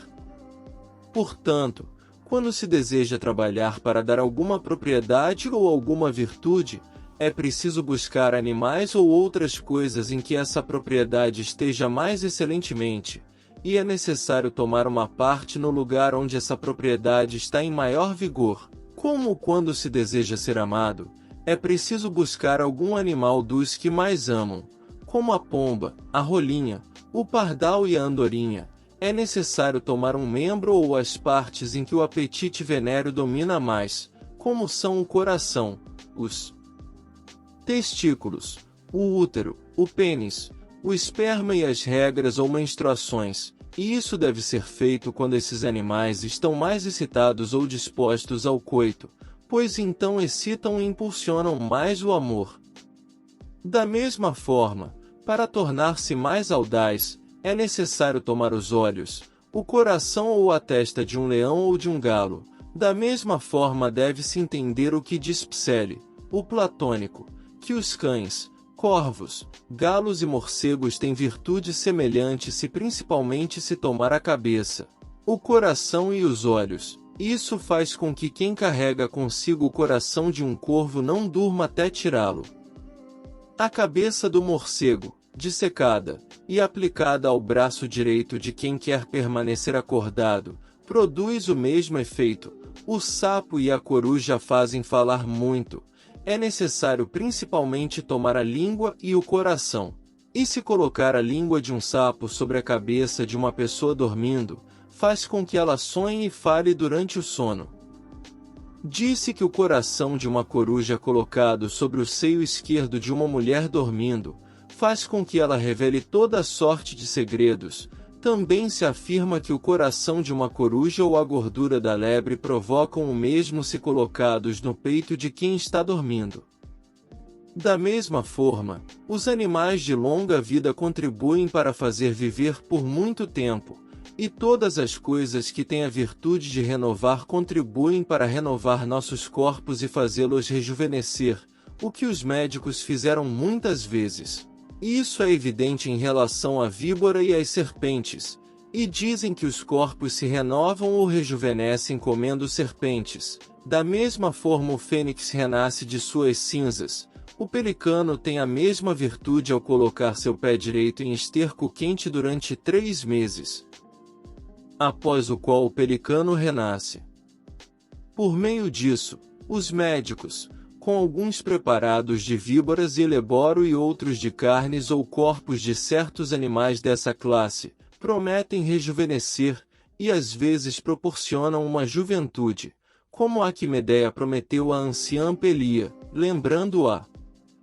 Também se acreditou que se chupar o sangue fresco saído da ferida de um urso, com esse tipo de poção se restabelecem as forças do corpo, porque este animal é muito forte. Capítulo 16. Como as operações de diferentes virtudes se transmutam de uma coisa para outra, e como se comunicam reciprocamente. Deve-se saber que as coisas naturais têm tanta virtude que não apenas podem fazer com que outras coisas se aproximem delas, mas também infundir uma virtude muito semelhante àquela que também comunicam as demais coisas, como vemos no ímã, pedra que não apenas atrai anéis ou correntes de ferro, mas também lhes infunde a virtude pela qual eles podem realizar o mesmo efeito, como demonstraram Augusto e Alberto. Por isso, disse que uma libertina ou prostituta, de disfarçatez e impudência determinadas e sem limites, infecta com essa propriedade ou qualidade a quem quer que se aproxime dela, que imediatamente a comunica aos outros. Isso faz com que, se usar a roupa ou camisa de uma mulher desse tipo, ou se possuir um espelho no qual ela se olha diariamente, alguém se torne impudente, ousado e libertino ou perdido. Da mesma forma, um pano usado em funerais assume alguma qualidade saturnina e de tristeza, e a corda do enforcado também tem propriedades maravilhosas. O mesmo acontece com o que Plínio relata, que se retirar da terra um lagarto verde, seus olhos explodem e ele é colocado em um copo de vidro junto com anéis ou correntes, fechando-o com ferro ou ouro. Logo se observa que o lagarto recupera a visão. Os anéis ou correntes, ao serem retirados do copo, servem para limpar os olhos e para preservá-los. O mesmo é feito com doninhas, por meio dos anéis. Depois de remover os olhos delas, esses anéis são deixados por um tempo no ninho de pardais e andorinhas, para usar mais tarde a fim de atrair amor ou benevolência. Capítulo 17. Como conhecer e experimentar as virtudes das coisas por sua concordância e sua oposição. Agora resta ver o que todas as coisas têm em relação e contrariedade, pois não há nada que não tenha seu oposto de medo e horror, de inimigo e destruidor, e inversamente, algo que alegre, agrade e fortaleça. O mesmo ocorre com os elementos. O fogo é contrário à água, o ar é contrário à terra, no entanto, concordam entre si. O mesmo acontece com os corpos celestes. Mercúrio, Júpiter, o Sol e a Lua são amigos de Saturno, Marte e Vênus são contrários a ele. Todos os planetas, exceto Marte, são amigos de Júpiter e, da mesma forma, todos odeiam Marte, exceto Vênus. Júpiter e Vênus amam o Sol, Marte, Mercúrio e a Lua são contrários. Todos amam Vênus, exceto Saturno. Marte e Mercúrio são inimigos. Existe outra inimizade ou oposição entre as estrelas, pois têm casas opostas, como Saturno com o Sol e a Lua, Júpiter com Mercúrio, Marte com Vênus, e a oposição ou inimizade é, portanto, maior quando estão mais elevadas e opostas, como Saturno e Júpiter, Vênus e Mercúrio. Mas a amizade é maior entre aqueles que têm a mesma natureza, qualidade, substância, poder ou virtude, como Marte e o Sol, Vênus e a Lua, da mesma forma, Júpiter e Vênus, e aqueles que têm sua exaltação na de outro são amigos, como Saturno e Vênus, Júpiter e a Lua, Marte e Saturno, o Sol e Marte, Vênus e Júpiter, a Lua e Vênus, e da mesma forma que existem as inimizades e oposições dos corpos superiores, ocorrem as inclinações das coisas que estão sujeitas a eles nos corpos que vemos aqui embaixo. Esses hábitos, amizades e inimizades não são outra coisa senão inclinações que as coisas têm mutuamente umas com as outras, desejando tal ou tal coisa quando não a possuem, encontrando repouso e contentamento com sua posse, fugindo de sua contrária, tendo horror a ela, sem encontrar sossego. Com base nessa opinião, Heráclito afirmou que tudo se realiza por oposição e amizade. As inclinações dos corpos vegetais e minerais são como a que o ímã tem pelo ferro que atrai, a esmeralda em relação às riquezas, o jaspe com relação à produção ou geração, e a ágata com relação à eloquência. Da mesma forma, a nafta atrai o fogo e se inflama quando se aproxima. A raiz da grama aproxima o fogo de longe, como a nafta, e uma inclinação semelhante é encontrada na palmeira macho e fêmea, pois assim que um ramo toca o outro, se abraçam, e o tímalo não dá fruto sem o macho, e a amendoeira sozinha não produz nada, as vinhas amam o olmo e o ópio, a oliveira ama reciprocamente a murta, da mesma forma, a oliveira e a figueira se amam. Nos animais, a amizade é encontrada entre o melro e o tordo, entre o corvo e o estorninho, o pavão e a pomba, a rolinha e o papagaio. Sobre isso, Safo se refere em seus versos a Faon. As alvas pombas muitas vezes se deleitam com os pavões reais de diversas cores, e o papagaio verde ama a negra tórtola. Da mesma forma, o berbigão e a baleia são amigas. Não apenas a amizade entre os animais, mas também entre outras coisas, como nos metais e nos corpos vegetais, assim as gatas amam o poleio selvagem e dizem que, quando se esfregam, isso as faz conceber, suprindo a falta de macho. E as éguas da Capadócia são expostas ao sopro do vento, e este, com seu encanto, as faz conceber. Assim, os sapos, as cobras, as serpentes e todos os animais e insetos rastejantes amam uma erva chamada ros das abelhas, da qual os médicos dizem que, ao comê-la, alguém morre rindo. Também, a tartaruga mordida pela serpente se cura comendo orégano, e a cegonha que comeu serpentes encontra antídoto no orégano, voltando à vida, e a doninha que tem que lutar com o rei de bando, come arruda. Daí sabemos que o orégano e a arruda têm virtude contra o veneno. Em certos animais encontramos uma capacidade, uma arte, ou uma eficácia para se curar, pois quando o sapo se sente mordido por algum outro animal, ou envenenado, vai buscar arruda ou sálvia para esfregar sua ferida, e assim se preserva contra o veneno. Assim, os homens aprenderam com os animais muitos remédios e virtudes das coisas.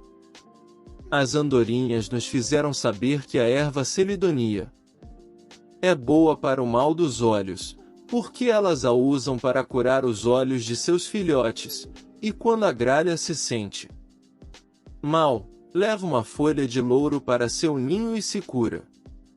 Da mesma forma, pombas, gralhas, perdizes e melros dissipam suas melancolias anuais com folhas de louro. Os corvos também o usam para se curar do veneno dos camaleões, e quando o leão está com febre, se cura comendo um macaco. Quando o abetouro se sente mal após comer raiz, se cura com achanto, ou cabelos de Vênus. Também os veados nos fizeram ver que a erva dictame é apropriada para fazer sair as flechas do corpo, pois, quando estão feridos, comem esta erva e as rejeitam. As cabras de Cândia fazem o mesmo, e as corças se purgam pouco antes de terem suas crias, com uma erva chamada saxifragia. Maior, os picados pela tarântula se curam comendo caranguejos. As porcas mordidas por serpentes se curam com o mesmo remédio, e quando os corvos se sentem envenenados, vão em busca do carvalho e se curam. Quando os elefantes comeram um camaleão, recorrem à oliveira. Os ursos machucados pela mandrágora se curam comendo formigas, gansos, patos e outras aves aquáticas. Não usam outro remédio senão a erva chamada paritória. As garças se servem do junco, os excrementos humanos servem às panteras. Para se preservarem do veneno ou curar dele, os javalis se servem do era, e as corças do alcachofrar. Capítulo 18. As inclinações das inimizades. Em sentido inverso, existem as inclinações das inimizades, e essas classes de inclinações são como o ódio ou aversão que as coisas têm naturalmente entre si, como a raiva, a indignação e a contrariedade absoluta incitam a fuga, ou a aversão ao contrário, no qual caso esta afasta, separa ou faz fugir com sua presença, como ocorre com as inclinações que o ruibarbo tem contra a raiva, o teriaco contra o veneno, o safira contra o carvão, os arrebatos febris e as doenças oculares, a ametista contra a embriaguez, o jaspe contra a hemorragia e os fantasmas noturnos, a esmeralda e o casto cordeiro contra a voluptuosidade, a ágata contra o veneno, a peônia, erva, contra o mal caduco, o coral contra as ilusões da bile negra e as dores de estômago, o topázio contra as paixões, como a avareza e a luxúria, e todos os outros excessos amorosos, a aversão das formigas pelo orégano e a asa do morcego, e o coração da betarda, cuja presença evitam e diante da qual fogem. O orégano é também contrário aos solífugos e às salamandras, e a tal antipatia entre eles e a couve que se consomem mutuamente. A abóbora odeia tanto o óleo que se curva como um anzol para não senti-lo. E disse que a bile do corvo afasta e afugenta os homens do local onde se esconde com algumas outras coisas. Assim também, o diamante é tão contrário ao ímã que, assim que se aproxima dele, impede-o de atrair o ferro, e as ovelhas evitam os enxames de abelhas, porque estas são capazes de matá-las, e o maravilhoso é o sinal dessa morte que a natureza pinta no fígado das ovelhas. As cabras odeiam tanto a erva chamada cepa de cavalo, que não encontram nada que lhes seja mais prejudicial. E mesmo entre os animais, os ratos e as doninhas se odeiam muito, por isso afirma-se que se esfregar os queijos com o cérebro de doninha, os ratos não se aproximam e estes não se estragam de modo algum, por mais velhos que sejam.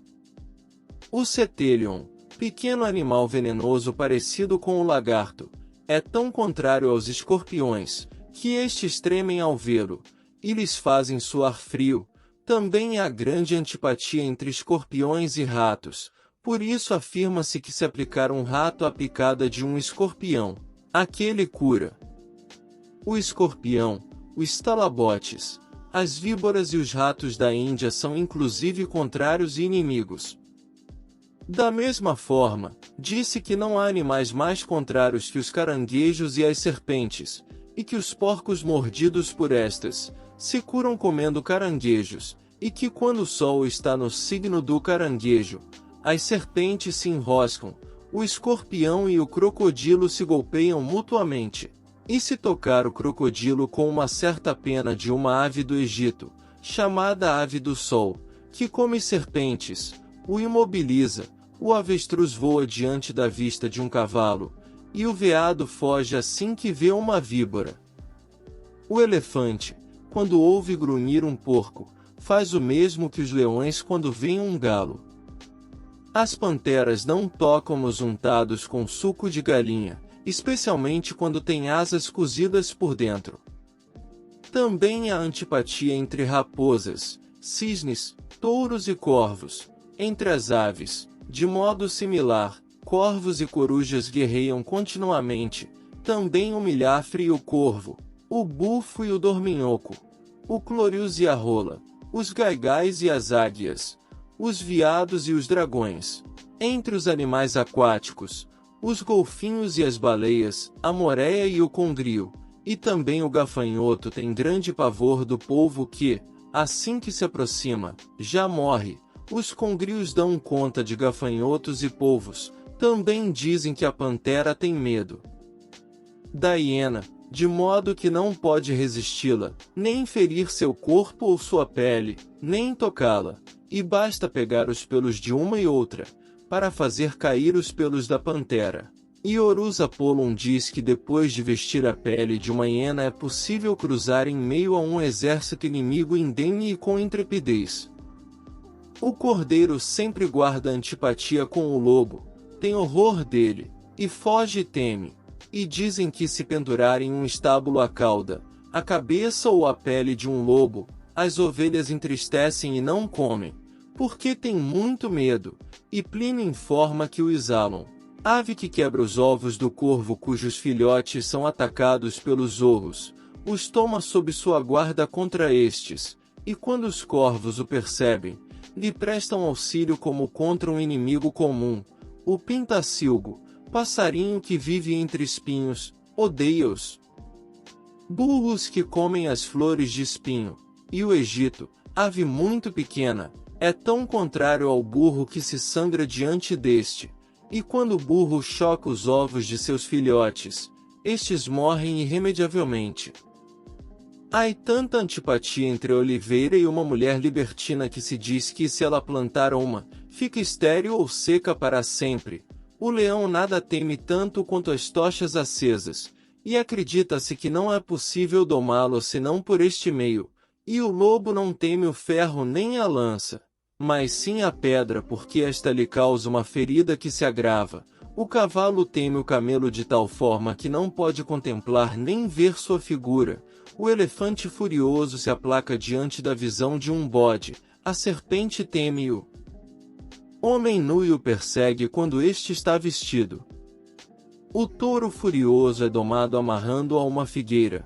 O âmbar atrai tudo, exceto a erva denominada cepa de cavalo e tudo que é friccionado com óleo, para o qual tem certa aversão natural. Capítulo 19. Como conhecer e experimentar nas coisas as virtudes inerentes a cada coisa particular pela bondade do indivíduo. Deve-se considerar que, em certas coisas, há virtudes que se estendem sobre toda a espécie, ou segundo a espécie, como a ousadia e a coragem do leão e do galo, a timidez da lebre e do cordeiro, o ardor para saquear e devorar do lobo, a fineza e astúcia para armar emboscadas da raposa, a sociabilidade do cão, a avareza do corvo e da gralha, o orgulho do cavalo, a cólera do tigre e do javali, a tristeza e melancolia do gato, a voluptuosidade do pardal, e assim por diante, pois as espécies seguem a maior parte das virtudes. Há outras pertencentes às coisas segundo o indivíduo, como há alguns homens que têm horror aos gatos, de modo que não os podem ver senão com muita aversão, o que não se encontra neles segundo a espécie humana, o que é manifesto. Avicena informa sobre um homem de seu tempo do qual tudo que era venenoso se afastava, todos os mordidos por bestas peçonhentas morriam sem que ele sentisse o veneno, e Alberto diz que viu em Colônia uma moça que comia aranhas e estava bem nutrida. Assim se encontra a audácia na prostituta e a timidez no ladrão. Por isso os filósofos dizem que o indivíduo em cujo corpo nunca houve doença contribui muito para curar toda a sorte de males, e por essa razão dizem que se colocar o rosto de um morto, que nunca teve febre, sobre o de um doente, ele cura quartã.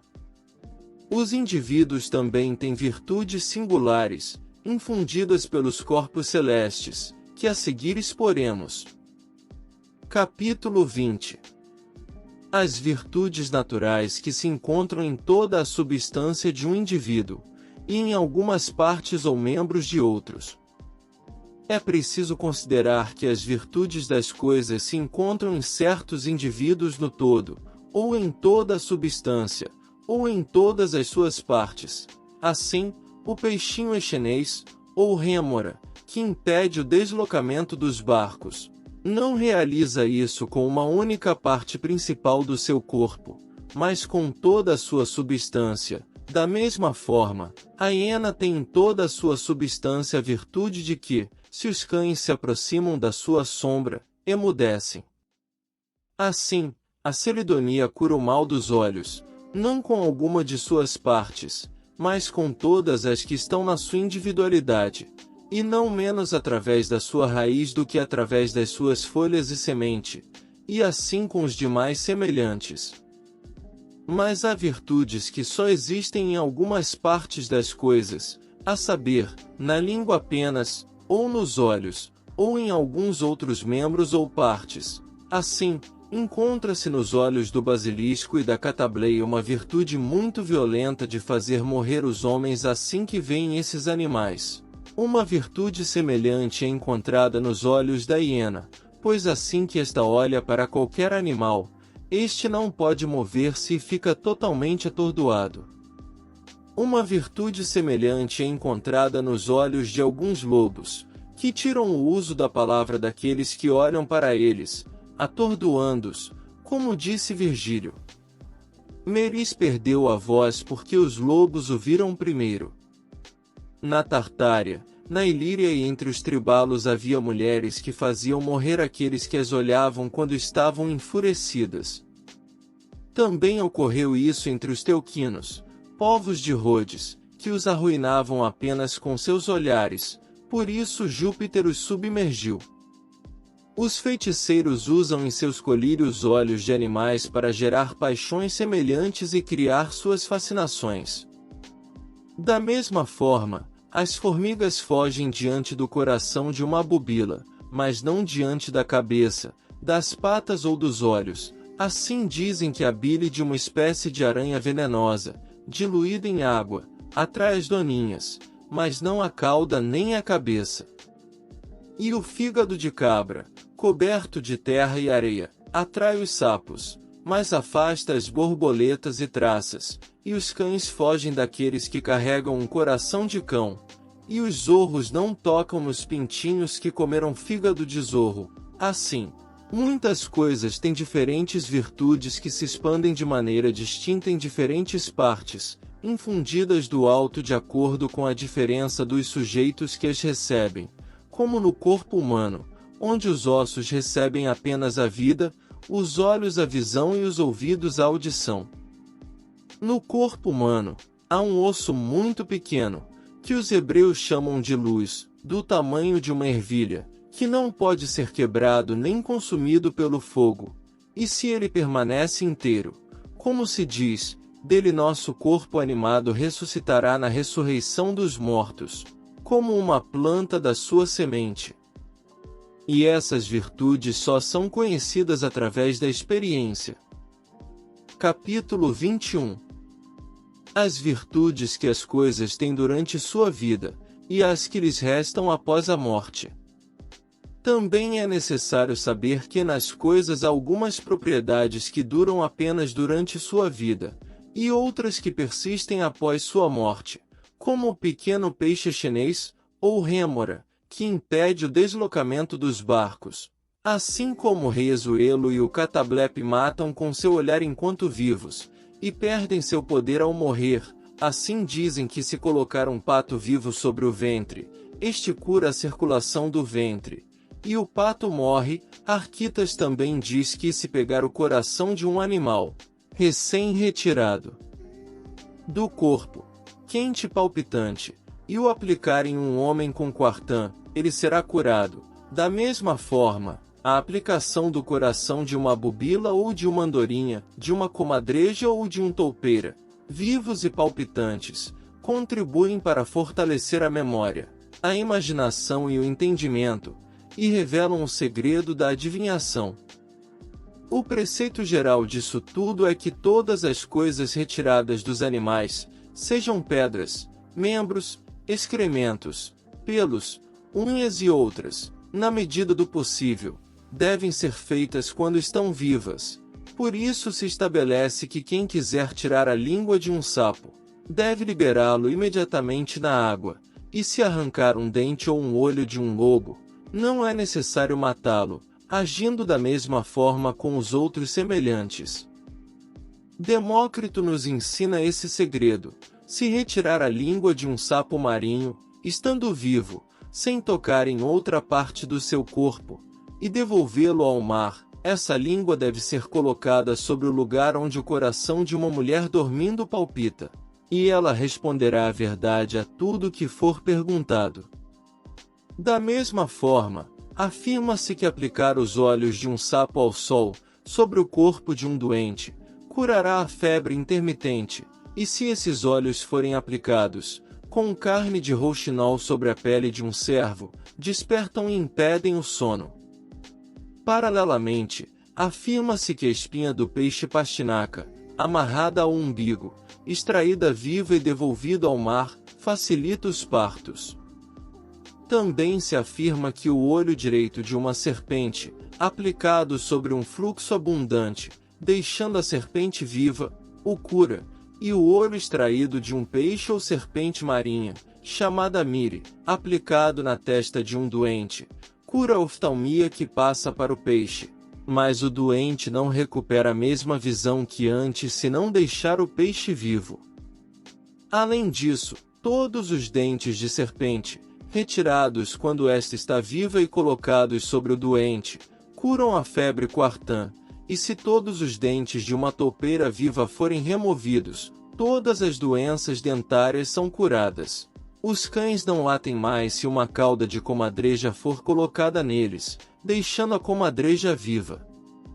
Demócrito diz que a língua do camaleão, arrancada deste animal ainda vivo, serve para obter julgamentos favoráveis, e até mesmo é boa para os partos se for mantida ao redor da casa, mas é preciso ter cuidado para não trazê-la para dentro, pois isso seria prejudicial. Há também propriedades que persistem após a morte, das quais os platônicos dizem que nas coisas em que há menos ideia do que matéria, depois de mortas, o que é imortal não deixa de realizar coisas admiráveis nelas.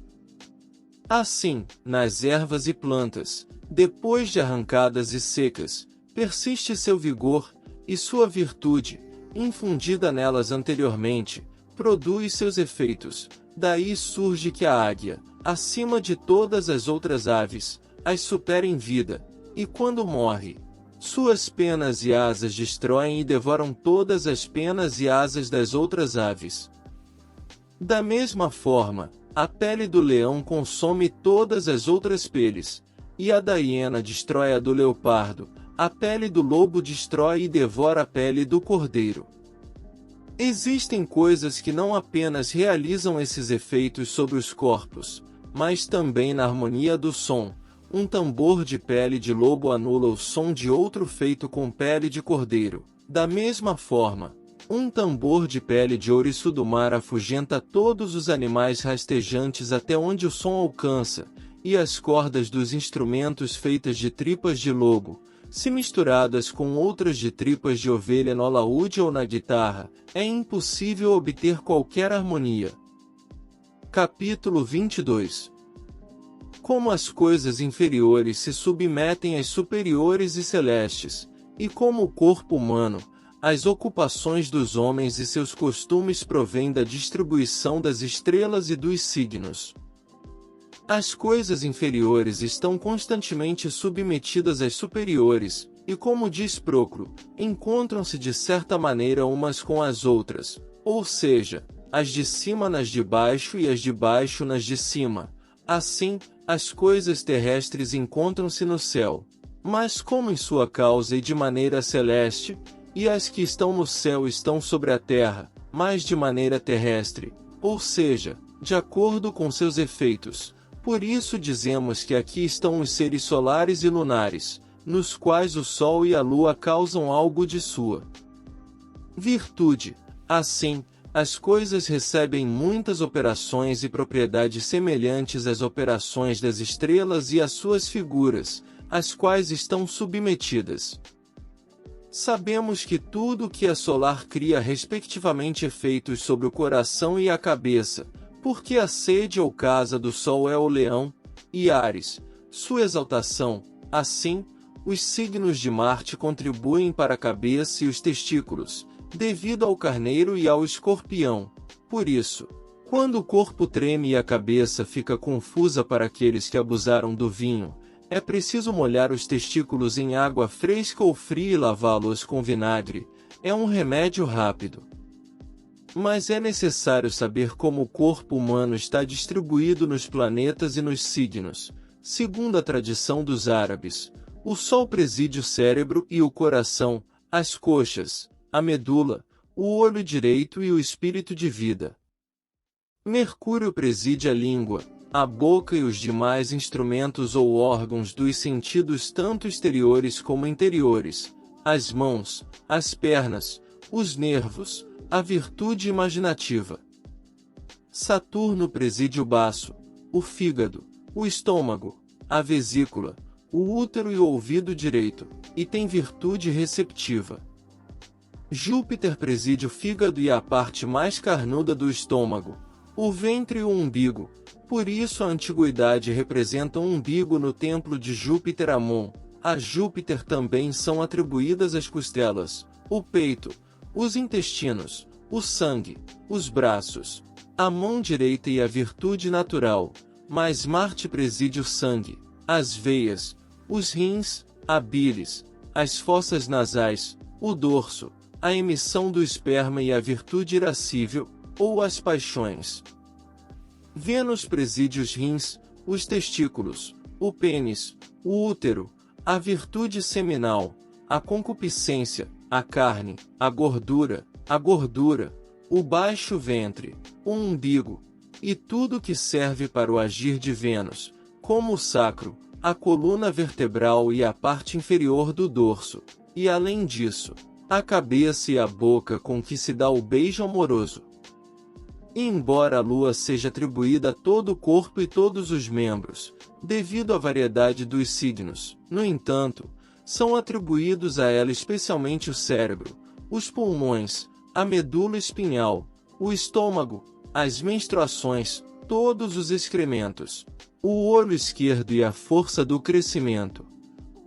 Hermes diz que na cabeça de um animal há 7 orifícios, distribuídos pelos 7 planetas, ou seja, a orelha direita a Saturno, a esquerda a Júpiter, a fossa nasal direita a Marte, a esquerda a Vênus, o olho direito a Júpiter, o esquerdo a Lua, e a boca a Mercúrio. Assim, cada figura do zodíaco cuida de seus membros, de modo que Áries governa a cabeça e o rosto, Touro, o pescoço, Gêmeos, os braços e os ombros, Câncer preside o peito, os pulmões, o estômago e os músculos ou partes carnudas dos braços. Leão preside o estômago, o fígado e o dorso. Virgem protege as entranhas e o fundo do estômago. Libra governa os rins, as coxas e as fossas nasais. Escorpião governa as partes genitais, o pênis e o útero. Sagitário domina as coxas, abaixo das unhas e os intestinos. Capricórnio governa os joelhos, Aquário domina as nádegas e as pernas. E como essas 3 classes de signos guardam correspondência e coincidência com os corpos celestes, também o fazem com os membros. Isso é bastante evidente pela experiência porque o frio nos pés prejudica o ventre e o peito, e tais membros respondem a essas 3 classes diferentes. O que remedia um, cura o outro. E quando os pés são aquecidos, cessa o mal-estar do ventre. Portanto, será sabido, ao recordar esta ordem, que as coisas que estão submetidas a algum dos planetas têm alguma relação particular ou inclinação em relação aos membros atribuídos ao mesmo planeta, e principalmente em relação a seus domicílios e exaltações, pois as outras dignidades, triplicidades, termos e aspectos têm pouca participação. Dessa forma, a peônia amarela, o cravo da Índia, a casca de limão, a manjerona, o doricnium, a canela, o açafrão, o aloés, o incenso, o âmbar, o almíscar e em parte a mirra, remedeiam a cabeça e o coração devido ao Sol, a Áries e a Leão. Assim, a planta de Marte, a losna, serve para remediar a cabeça e os testículos, devido a Áries e Escorpião, e assim por diante. Da mesma forma, Os signos de Saturno contribuem para a tristeza e a melancolia, os de Júpiter, para a alegria e as honras, os de Marte, para a audácia, as disputas e a cólera, os do Sol, para a glória, a vitória e a coragem, os de Vênus, para o amor, a voluptuosidade e a concupiscência, os de Mercúrio, para a eloquência, os da Lua, para a vida comum, e os costumes e ocupações dos homens são distribuídos e repartidos de acordo com os planetas, pois Saturno governa os idosos e os monges, as melancolias, os tesouros escondidos e os adquiridos com longas viagens e dificuldades. Júpiter tem os piedosos ou devotos, os prelados, reis, duques ou líderes, e os bens adquiridos lícita e honradamente. Marte governa cabeleireiros, cirurgiões, alcaides, carrascos, açougueiros, padeiros, confeiteiros, soldados, que são comumente chamados de homens de guerra ou marciais. Além disso, o restante das estrelas significa ou marca um de seus exercícios, como é descrito nos livros de astrologia.